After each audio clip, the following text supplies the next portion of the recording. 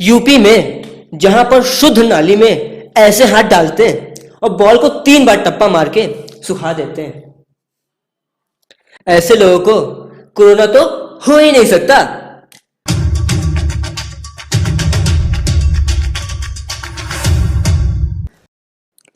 तो कुछ दिन पहले होली में मैं अपने घर गया हुआ था, जिसको गांव बोलते हैं, जहां बड़े बड़े जंगल होते हैं, इतने बड़े बड़े जंगल। खैर वो सब तो बात की बात है। तो जब मैं गांव पहुंचा, वहां पर कोरोना वायरस जो इतना बड़ा खतरा मंडरा रहा है हमारी दुनिया पे, उसको लेकर वहां कोई सीरियस ही नहीं है। इनफैक्ट मेरे घर वाले भी ये बोल रहे हैं कि बेटा यहाँ किसी को कुछ नहीं होगा। मेरे दिमाग में तब सिर्फ यही बात चल रही थी कि इनसे बड़ा बेवकूफ हो ही नहीं सकता दुनिया में। इतना सुनने के बाद मुझे लगा कि ये बड़े बुजुर्ग हैं, इनको इज्जत देना हमारा काम है। तो मैंने इज्जत के साथ इनसे कहा, अच्छी बात है, किसी को कुछ ना हो, इससे अच्छी बात और क्या हो सकती है, मगर सेफ्टी करना तो हमें पड़ेगा ही, क्योंकि जिस तरीके से फैल रहा है उसको रोकना नामुमकिन ही है। इतनी अच्छी बात आज तक मैंने जिंदगी में कभी नहीं पेली, कसम से बता रहा हूं। लेकिन बदले में रिप्लाई क्या मिलता है, चल झूठे कहीं के। इतना सुनने के बाद मुझे इतनी तेज गुस्सा आई, मेरा दिमाग घूम गया।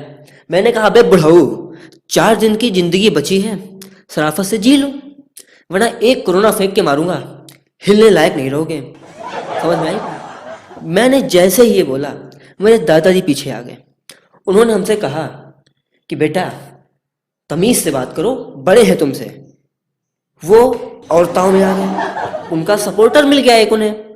वो अपनी मुंडी ऐसे ऐसे ऐसे 3-4 बार घुमाए। हमें लगा कि इनको मिर्गी के दौरे पड़ रहे हैं, लेकिन ऐसा नहीं था, हम डाउट में थे। उन्होंने इतना घुमाने के बाद कहा, बेटा तुम्हें जो करना है करो, हमसे कोई मतलब नहीं। तो हमने भी कहा, हमने तुम्हें कहाँ बुलाया था कि हमारी बात सुनो, काहे आए थे पूछने हमसे। बाहर घर में घुसने से पहले इतनी बकैती हुई। इसके बाद जब मैं घर के अंदर गया, मेरे को तो अपने घर वालों को देखना है, क्योंकि बाहर जैसा सिचुएशन है वो तो मैं देख के आया हूँ। तो मैंने एक मास्क रखा हुआ था एक्स्ट्रा, अपने छोटे भाई को दिया। वो खा रहा था खाना, वो खाना खा रहा था। खाना खाने के बाद उसने जेब से निकाला और मुंह ऐसे पोंछा और फेंक दिया।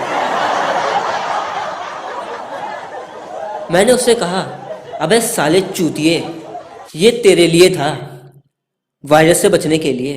वो अपने हवे में, यहाँ कुछ नहीं होता किसी को, यहाँ किसी को कुछ नहीं होगा, अपना देखो अपना, हमसे ना बोलो। मैंने सोचा मैं ही चूतिया हूं, मैं ही चूतिया हूं जो इन सबके मुंह लग रहा हूं। ये सब हो गया। उसके बाद मैंने सोचा घर में सब पगला गए हैं, थोड़ा बाहर निकलते हैं, क्या पता वहां शांति मिल जाए, 2000 का नोट पड़ा हुआ मिल जाए, चांदी चांदी। ऐसी पॉजिटिव थिंकिंग लेकर मैं घर से बाहर निकला। लेकिन घर से बाहर निकलने कुछ दूरी पे जाने के बाद वहां पर लोगों के अलग ही जलवे हैं। वहां पर कोरोना वायरस को कोरोना वायरस बनाकर डीजे डांस हो रहा है, और डीजे डांस में गाना भी ऐसे सेट किया उन लोगों ने, मजेदार। सुनने में तो बड़ा अच्छा लगा, बड़ा मजा आया, क्योंकि गाना कुछ ऐसा ही था जिससे प्यार हो जाए। गाने की कुछ लाइनें इस तरह थी, दिल मेरा होने को बेकरार है, कोरोना प्यार है, डीजे हरीश, डीजे हरीश। मैंने ये सब जब सुना, पहले तो मैं हंसा। उसके बाद मैंने एक आदमी को बुलाया, मैंने कहा, भाई चूतिए इधर आओ। वो आया। मैंने कहा, बेटा अगर तुझे मैं एक कंटाप मारूं और उल्टा लटका दूं, एक तो तेरी शक्ल साउथ इंडियन, ऊपर से तू लुंगी में, अगर तेरी जिंदगी उल्टी लटकी तो तेरा तो सब काला काला हो जाएगा, कैसे लटकेगा। मैंने कहा, छोड़ो हटाओ, हमें क्या, हम सेफ हैं, बात खत्म। फिर मैं थोड़ा और आगे गया। वहां पर मैंने जब एक बंदे को देखा, भाई साहब आंखें धरी की धरी रह गई मेरी। उसने अपने चेहरे पे 3 मास्क लगाए हुए थे, एक मुंह पे और एक इस कान पे, एक इस कान पे। मैंने देखा, मैंने कहा इससे ज्यादा सेफ आदमी हो ही नहीं सकता। लेकिन फिर से मैं चूतिया ही था। मैं उसके पास गया, वो ठेले पे लेके जा रहा था 200 रुपए किलो, 200 रुपए किलो, 200 रुपए किलो, 200 रुपए किलो। लेकिन हैरानी की बात तो यह थी कि ठेला उसका खाली था। ठेला उसका खाली था। मैं उसके पास जाने लगा। उसने कहा साहब जी वहीं रुक जाओ, दूर से लो, कम से कम 1 मीटर की दूरी बनाए रखो। मैंने कहा भाई ऐसा क्या हो गया, इतनी कौन सी कीमती चीज बेच रहा है वो जिससे मुझे दूर रहना पड़ेगा। मैंने कहा चलो ठीक है। उसके बाद उसने 1 बोला था, मैं 5 मीटर दूर गया, वहां से मैं चिल्लाया ओ चाचा क्या बेच रहे हो तुम। उसने कहा सुनाई नहीं दिया हमें। मैंने कहा साले तो हमें आगे आ जाने दे। फिर मैं आगे गया उसके पास, उतना भी पास नहीं। मैंने कहा क्या बेच रहे हो भैया। वो बोला 200 रुपए किलो कोरोना, 100 रुपए किलो स्वाइन फ्लू।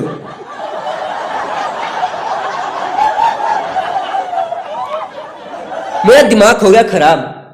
मैंने कहा फोन करो चाइना वालों को, उनसे कहो कि हमारे यहां तुम्हारे वायरस की सप्लाई शुरू हो गई है, आओ और ले जाओ। ये सब होने के बाद भी मैं इसमें सिर्फ एक ही चीज ढूंढ रहा था, लॉजिक। लॉजिक कहां है, लॉजिक।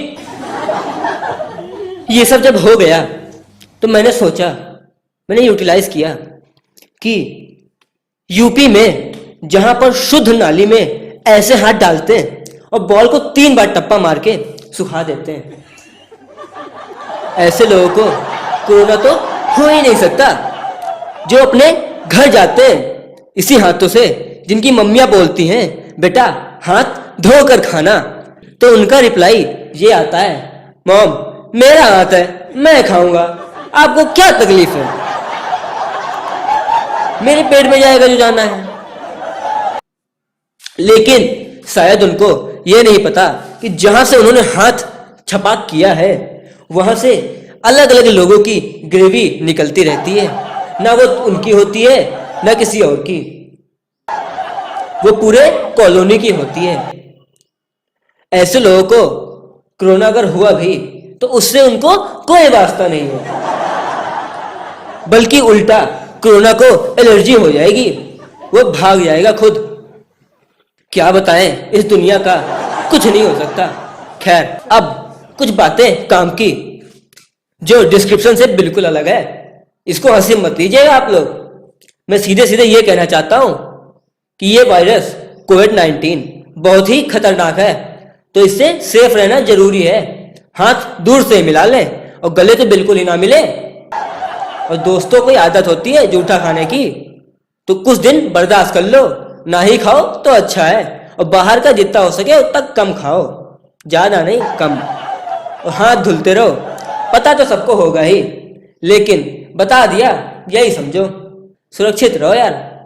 जाते जाते एक चुटकुला सुनाता हूं। अभी तक रिकॉर्ड रहा है, पेपर आने से पहले व्हाट्सएप पर एक मैसेज आया करता था, इसको ग्रुप में भेजो, 100 लोगों को फॉरवर्ड करो, पास हो जाओगे। अब कोई मैसेज नहीं आता कि ये मैसेज 11 लोगों को फॉरवर्ड करो और कोरोना नहीं होगा। आया किसी के में ऐसा मैसेज? नहीं ना, क्योंकि ऐसे अपराध करने वालों को जेल की सैर कराई जा सकती है, सरकार का आदेश है ऐसा। तो लेकिन भाई लोग, अगर आपको ये वीडियो पसंद आई हो, लाइक कमेंट शेयर और सब्सक्राइब तो करिए ही करिए, बेल आइकन दबाना मत भूलना, और 11 लोगों को शेयर कर दो। कोरोना तो बिल्कुल नहीं होगा, झूठ है ये।